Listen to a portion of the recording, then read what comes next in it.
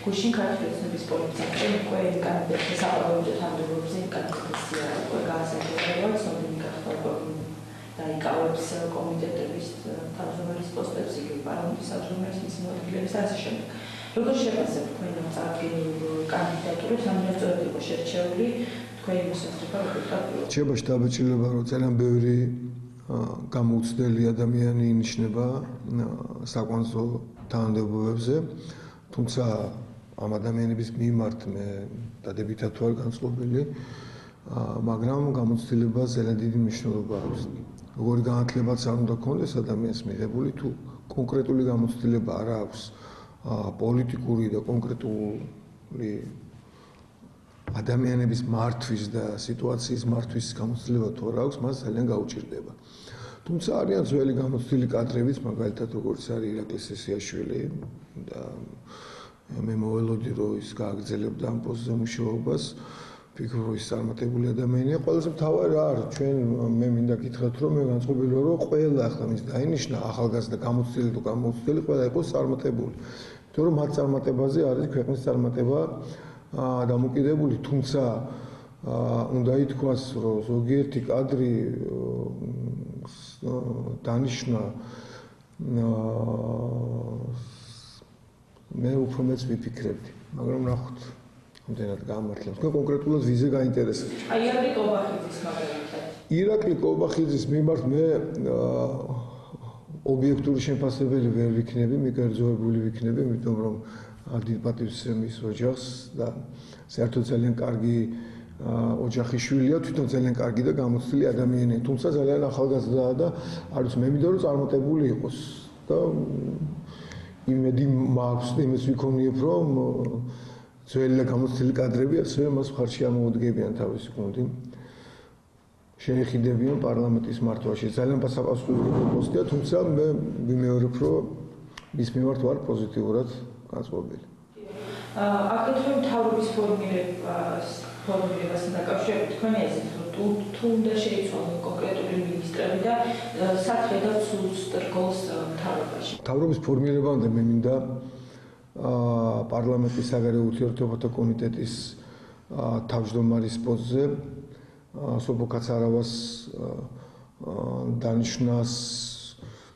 დანიშნა შევაფასო, მე მას ვიცნობ და ვარ მის მიმართ აბსოლუტურად პატივისცემით განწყობილი, თუმცა აქ არის ერთი კითხვის ნიშანი. ნებისმიერი საელჩოს თანამშრომელი, დამლაგებელი დაწყებული, ელჩი დასრულებული, ვალდებულია ითანამშრომლოს იმ ქვეყნის სპეცსამსახურებთან, რომელი ქვეყნის საელჩოსაც ეს მოცემული საელჩო წარმოადგენს. სოფო კაცარავა იყო ბოლო წუთამდე, აი სულ 2 დღის წინ, ასე იგი გაინთავისუფლა თავი, ბოლო წუთამდე იყო ბრიტანეთის საელჩოს თანამშრომელი და იყო იქ სამყარო თანამდებობაზე, სხვადასხვა ძალიან კარგად ასრულებდა თავის მოვალეობას, იგი აქტიურად თანამშრომლობდა ჩვენთან და ვიმეორებ, მე მის მიმართ ვარ პოზიტიურად განწყობილი, პატივისცემით ვარ განწყობილი, მაგრამ როდესაც პარლამენტის საგარეო ურთიერთობათა კომიტეტის თავმჯდომარედ ინიშნება უცხო ქვეყნის, ამ შემთხვევაში ბრიტანეთის საელჩოს თანამშრომელი, რომელსაც აუცილებლად ექნება ხელი მოწერილი ბრიტანეთის სპეცსამსახურებთან თანამშრომლობაზე, მე ვფიქრობ, რომ ეს გამართლებული საქციელი არ არის გამართლებული საქციელი და ზოგადად ეს ჩვენი სახელმწიფოს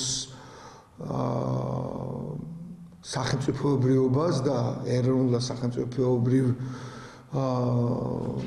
დამოყარებას საუკეთესო პრიზმაში არ წარმოაჩენს.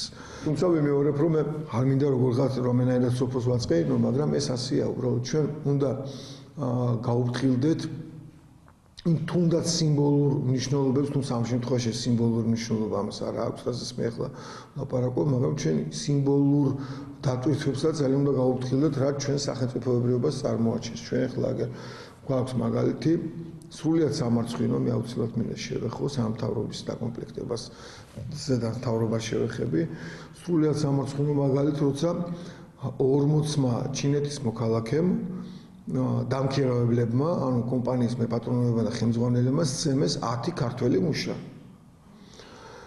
აი ეს ინციდენტი თავისი ფანტასტიკის სფეროდან არის იმდენად სამარცხვინო, იმდენად დაუჯერებელი იქნებოდა ნებისმიერი სახელმწიფოსთვის. პირველ რიგში, მოდი დავიწყოთ ჩვენ რომ რაღაც ესეთი სახელმწიფოებს შორის და ეთნიკური ნიშნით არ დავიწყოთ გაყოფა, თუმცა მე ამას აუცილებლად შევეხები ამ საკითხს. პირველ რიგში სოციალური ჭრილში თუ განვიხილოთ ამას, როცა დამქირავებელი სცემს დაქირავებულს, ესე იგი აქ ლაპარაკი არის იმაზე, რომ ესე იგი დამქირავებელს არ აქვს წარმოდგენა, რომელ საუკუნეში ცხოვრობს, იმიტომ რომ მუშა არ არის მონა. დაქირავებული არ არის მონა და დამქირავებელს არ აქვს უფლება მას შეურაცხყოფა მიეყენოს ან ფიზიკური ან მორალური ან რამენაირი საერთოდ. და მით უმეტეს სცემეს არმატურებით, ბასრის საგნებით, ნაჯახით და მათ აქვს უმძიმესი ჭრილობები მიყენებული. მეორეც ძალიან გახშირდა უცხო ქვეყნის მოქალაქეების მხრიდან საქართველოს მოქალაქეების, ქართველების ან სხვა რომელიმე ჩვენი ქვეყნის მოქალაქეების შეურაცხყოფა და დამცირება. რაც განპირობებული არის ჩვენი უთავმოყვარეობით, სახელმწიფოს უთავმოყვარეობით. იმის გამო რომ არასოდეს უცხოელი არ ისჯება, როცა ქართველს ფიზიკურ ან სხვანაირ შეურაცხყოფას აყენებს ან ჩაგრავს. და თუ კი ქართველი რამეს დაუშავებს უცხოელს, მის მიმართ კანონი ყოველთვის უფრო სასტიკია. მე შემიძლია გავიხსენო თურქებთან კონფლიქტი ახალგაზრდების ყველაშორის არასრულწლოვანს, რომელიც დაუყოვნებლივ დააპატიმრეს და გუშინდლამდე არავინ არ იყო დაკავებული, 40 კაცი და 3 კაცი იყო დაკავებული და მუხლიც არის მსუბუქი მუხლით აღზრული. აი ეს არის იმის მაჩვენებელი, რომ ჩვენ უთამოყვარეო სახელმწიფო გვაქვს. რატომ გვაქვს უთამოყვარეო სახელმწიფო? იმიტომ რომ ხელისუფლებებს ბოლო 20-30 წელია უფრო მეტი ხათრი და რიდი აქვთ ბრუსელიდან და ვაშინგტონიდან მოსული რეკომენდაციების, ვიდრე საკუთარი ხალხის და საკუთარი საზოგადოების. ახლა რაც შეეხება მთავრობას, მე მინდა თქვა, რომ მთავრობაში მიუხედავად იმის, რომ მთავრობის მუშაობით კმაყოფილი არავინ არ ვარ და იმედი მაქვს, რომ მთავრობაც არ არის კმაყოფილი თავისი მუშაობით, განსაკუთრებით ეკონომიკური მიმართულებით. მთავრობაში ბევრი წარმატებული მინისტრია, რომელიც ჩემი აზრით თუ გააგრძელებენ მუშაობას იმ თანამდებობებს და მიიყვანენ საქმეს ბოლომდე, ძალიან კარგი იქნება. მე შემიძლია ვთქვა, რომ კახა კახიშვილი, რომელსაც ურთულესი და უმძიმესი სფერო აქვს, წარმატებით ართმევს თავის სამუშაოს, თუმცა იქ არის კიდე რამდენიმე ისეთი საკვანძო საკითხი, რომელიც მას გადასაჭრელი აქვს და ბოლომდე აქვს ეს საქმე მისაყვანი. სულბარი ასევე გამოდგა მოკლედ და წარმატებული მინისტრია. სერგეენკო წარმატებული მინისტრია. მე ხლა არ ვიცი, მე არ გამომჩეს ვის მიმართაც პოზიტიური დამოკიდებულება მაქვს, მაგრამ მთავრობის ეკონომიკურ გუნდს გადახალისება დაჭირდება ალბათ და მოსალოდნელია, რომ იქნება ეს ცვლილებები ეკონომიკურ გუნდში. თუმცა აქ პერსონალიების, თქვა მინისტრების გამოსვლას ასეთი განსხვავებული მნიშვნელობა არ აქვს, თუ კი მთლიანად ხელისუფლებამ არ აიღო ახალი ეკონომიკური კურსი და სწრაფი და ეფექტური რეფორმები არ განახორციელა. მე მოვისმინე, რომ პრემიერ-მინისტრმა განაცხადა, რომ ტემპს აქვს ძალიან დიდი მნიშვნელობა რეფორმის ეფექტურობისთვის, მართლაც სწრაფ რეფორმებს აქვს ძალიან დიდი მნიშვნელობა, განსაკუთრებით ეკონომიკაში და თუ მთავრობა ამ რეფორმებს განახორციელებს, მე ვიქნები რა თქმა უნდა კმაყოფილი ამით. მე ხლა ცოტა თავშეკავებული ვარ, იმიტომ რომ არსებობს რაღაც ისეთი დაუწერელი წესი, რომ ნებისმიერ ახალ ხელისუფლებას და ახლა პირობითად ეს ახალი ხელისუფლება, ძველი ხელისუფლება, მაგრამ ახლად არჩეული პარლამენტია, ახალი პროგრამით არიან მოსული, ჯერ პროგრამის პრეზენტაციაც პარლამენტში არ ქონიათ, უნდა მისცე მინიმუმ 100 დღე მაინც იმისათვის, რომ იმუშაონ და მე ან კარგად დადებითად შეაფასო ან უარყოფითად. ის შეფასებები, რასაც თქვენ ახლა მე ვთხოვთ, ეს არის როლჩევი შეფასებები მათი წარსული მუშაობის. ხვალ როგორი გუნდი წარდგება პერიკაშვილი ჩემთვის უცნობია, მაგრამ მე ვფიქრობ, რომ იმედი მაქვს, რომ იმ მინისტრებს არ დაემშვიდობება მთავრობა, რომლებიც წარმატებულები იყვნენ.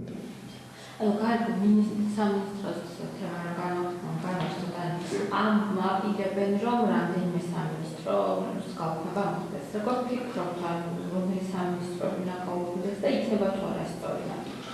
სამინისტროების ოპტიმიზაცია აუცილებელია. ჩვენ პატარა სახელმწიფო და 19 სამინისტრო არანაირი ლოგიკის ფარგლებში არ ჭდება. რომელი სამინისტრო უნდა გააუქმო და შეერთონ ეს პრემიერ-მინისტრის პრეროგატივა და მე ხშირ რეკომენდაციებს თავს არავის არ შევაწყე, მაგრამ ეკონომიკური პროფილის სამინისტროების ინტეგრაცია არის შესაძლებელი და ამდენი უპორთველო უწყებები, რომელიც ჩვენ გვაქვს, ასევე მიმაჩნია ცოტა კომიკურად, მაგალითად, ევროპასთან ინტეგრაციის და რაღაცა და ნატოს ევროატლანტიკურ ალიანსს, ეს აბსოლუტურად კომიკურია. ეს არის მაპატიეთ ისე უნდა ვთქვა, უთავმოყარეო სახელმწიფოს მლიქნელობის სიმბოლო, როცა შენ ქმნის სამინისტროს, რომელსაც ქვია ნატოში ინტეგრაციის და ევროპაში ინტეგრაციის სამინისტრო. ეს ყველაფერი არის საგარეო საქმეთა სამინისტროს ფუნქციები და თუ კი საგარეო საქმეთა სამინისტროში რაღაც ერთი მიმართულებით, რაღაც ასეთი განყოფილება იფუნქციონირებს, ეს არ იქნება ასეთი თვალშისაცემი და ასე კომიკურად არ იქნება, არ გამოიყურებოდეს იქნება. თუმცა აქ ერთი საკითხს უნდა გავითვალისწინოთ ჩვენ, რომ ამდენი სამინისტრო ბევრ ხარჯებთან არის ასევე დაკავშირებული, ამიტომ ეს ხარჯების ოპტიმიზაციაზე მთავრობა თუ არ წავიდა, არც ერთ სახელმწიფოში 40, ეხლა უკვე 56% მთავრობის შენახვა არ უნდა ჭდებოდეს. ეს აბსოლუტურად მივიღებელი ციფრები არის და ეხლა ამ 46%-ში ბიუჯეტის 56%, რაც მთავრობის შენახვა, ხელისუფლების შენახვა ჭდება, არის, რა თქმა უნდა, ადეკვატური ხარჯები, მათ შორის არის პოლიციის, ჯარის, თქვა პედაგოგების და ან განათლების სისტემის აი შენახვის ხარჯები, მაგრამ უზარმაზარი ხარჯები არის, აბსოლუტურად არაადეკვატური და ეს არის გაბერილი შტატები, ეს არის გაბერილი ეგრეთ წოდებული სხვადასხვა ხარჯები, ანუ გაუთვალისწინებელი ხარჯები, რომელიც გულისხმობს მოსახლეობის და ბიუჯეტის ხარჯები, ბატკნის და მწვადების და ტაშპანტურს და ქეებს, რაც აუცილებლად უნდა შეიზღუდოს. ბატონ ჯონი, თქვენ ბოლო ვიზიტთან დაკავშირებით გეკითხოთ რუსეთში, ვის შეხვდით, რაზე იყო საუბარი, რა შეხვედრა შედგა? 9 ოქტომბერს მეორე დღეს, არჩევნების მეორე დღეს, ასე სასწრაფოდ მე იმიტომ მომიწია წასვლა, რომ იქ უნდა მიიღო მონაწილეობა გადაცემაში საქართველოს საკითხთან დაკავშირებით და გადაცემის ფორმატი იყო ასეთი, ორი გუნდი იყო, ერთი ჩვენი გუნდი, საქართველოს პირობითად თუ შეიძლება ითქვას ლობისტების გუნდი და საქართველოსდან მე ვიყავი წარმომადგენელი, 3 რუსი იყო, მათ შორის ჩვენი კოლეგები, ძალიან ცნობილი და გავლენიანი პოლიტიკური ლიდერები და მეორე გუნდი იყო, რომელიც ესე იგი განსხვავებული აზრს ატარებდა. უბრალოდ მე როცა ჩავედი, მე მოხდა ცვლილება რესპონდენტების და უბრალოდ ჩემი თხოვნა იყო, რომ ესე იგი ასეთ შემადგენლობაში შეიძლება არ ყოფილიყო მანდ-მაინც გასაგები და ამიტომ გადაცემაში ეს გადაცემა არ შედგა ასეთ ფორმატში. თუმცა იქნება ასეთი გადაცემები, ჩვენ ამის შემდგომ მქონდა ტელეხიდი თბილისი-მოსკოვი, სადაც ასევე განიხილებოდა ეს საკითხები. საერთოდ მე მინდა გითხრათ, რომ რუსეთში აშკარად ამჩნევ ყალიბდება გამოიკვეთა თორე ეს ყოველთვის იყო ასეთი ადამიანები საქართველოს ლობიდი, როგორ გითხრათ, საქართველოს მომხრეების, საქართველოსთან ურთიერთობების ნორმალიზაციის და მისი მნიშვნელობას რო მნიშვნელოვნად აფასებენ ასეთი ადამიანების გუნდი. მოდი პირობითად დავარქვა საქართველოს ლობისტების გუნდი, რაც ძალიან სასიხარულოა, იმიტომ რომ აქ არიან ძალიან ინტელექტუალური და გავლენიანი პოლიტიკური ფიგურები არიან, საზოგადოებრივი მოღვაწეები არიან, ჟურნალისტები არიან, პუბლიცისტები არიან, რომლებიც აქამდე ეს იყო თქვა აი შეხვედრების დროს იგრძნობოდა როცა ალმაგიდაზე ჯდებოდით დახურული შეხვედრების დროს მეორე მხარე მტერი კი არ არის ჩვენ როცა არსებ წარმოვიდგინე მეორე არის ესე იგი ერთი ნაწილის პოლიტიკოსების და ლიდერების და საზოგადოების რომელიც მიაჩნია რომ საქართველოსთან ურთიერთობები უნდა დავარეგულიროთ და მაქსიმალურად დროში მოკლე ვადებში უნდა გადაწდეს ეს ანომალიური საკითხები რაც ამ ორ ქვეყნის მოძმე ერის ურთიერთობებში არის მაგრამ არიან მეორე მხარეს ადამიანები რომლებსაც მიაჩნიათ რომ ეს ასეთი აუცილებელი არ არის და არცად დააჩქარება და ის სტატუს quo რაც არის რუსეთ-საქართველოს შორის ურთიერთობაში მათთვის საკმარისია მათ შორის ამ მხარეს არიან არა ყველა მაგრამ არიან სამხედროებიც რომელსაც მიაჩნიათ რომ მათთვის ის სტრატეგიული თვალსაზრისით ის სამხედრო ბაზები რომელიც სამაჩაბლოში და აფხაზეთში გვაქვს ამ ეტაპზე იმ ამოცანებს ასრულებს რა ამოცანებიც რუსეთის სახელმწიფოს სამხრეთ საზღვრების უსაფრთხოების საკითხს ეხება მაგრამ არის მეორე გუნდი ადამიანების და პოლიტიკური ფიგურების რომლებსაც მიაჩნიათ რომ საქართველოსთან ასეთი ურთიერთობების ასე გაგრძელება შეიძლება და ყველაფერი არ უნდა გადავიყვანოთ ჩვენ რაღაც სამხედრო სტრატეგიული თვალსაზრისით უსაფრთხოებაზე მხოლოდ და მხოლოდ და გვჭირდება პოლიტიკური და სხვა ტიპის ინტეგრაცია და ურთიერთობების განვითარება და ეხლა უკვე რამდენიმე გადაცემა მე შევატყვე რომ რამდენიმე გადაცემა ერთ-ერთში მე მივიღე მონაწილეობა მეორეში უნდა მივიღო როგორც საქართველოს წარმომადგენელს მონაწილეობა მაგრამ გამმარტე ეხლა რომ აი ჩემი თხოვნა იყო უბრალოდ რომ რესპონდენტების გამო ესე იგი არ იქნებოდა გასაგები, მაინც და მაინც ეხლა კი რაღაც ნიუანსი ამას არ აქვს ერთი მნიშვნელობა, აგრო ვილაპარაკო და მეორე საკითხი იყო, ვისთვისაც მე ვიყავ, უნდა წავსულიყავ ისეს, მაგრამ ამ გადაცემის გამო ვიჩქარე, მეორე დღესვე ასე იგი წავედი, იმიტომ რომ ესე იგი 9-ში წავედი, იმიტომ რომ 10-ში უნდა ყოფილიყო ეს გადაცემა და ვიჩქარე რომ 9-ში წინა დღეს მზადებული ყოფილიყავი და ესე იგი გადაცემის ფორმატთან დაკავშირებით, აი აქ ამ ხარეს ესე იგი გავველო კონსულტაციები ერთმანეთთან. მეორე საკითხი არის ახალგაზრდული ცენტრის შექმნა აქ საქართველოში. საკითხი ეხება ისევ იმ საკითხს, რომელზეც მე ცოტა ადრე გესაუბრეთ. რუსული მხარის გადაწყვეტილებით ქართველ ახალგაზრდებს, მათ შორის აბიტურიენტებს, მაგისტრანტებს, გათვლითი პროგრამებით ბაკალავრებსაც და დოქტორანტებსაც მიეცემა საშუალება უფასოდ იცხოვრონ და უფასოდ ისწავლონ რუსეთის ცნობილ მსოფლიოში სახელგანთქმულ სასწავლებლებში. როგორც არის ბაუმანის ტექნოლოგიური უნივერსიტეტი, ამას ჩვენთვის საქართველოსთვის და ჩვენი ნიჭიერი ერისათვის ძალიან დიდი მნიშვნელობა აქვს ფუნდამენტური მეცნიერებების ათვისებას და მერე მათ სამეცნიერო ხარისხების მოპოვებას და ახალი ტექნოლოგიების მსოფლიოში ახალი პროგრესული ტექნოლოგიების თუ მიღწევების გაცნობას და ასეთ სამეცნიერო კონფერენციებში მონაწილეობას.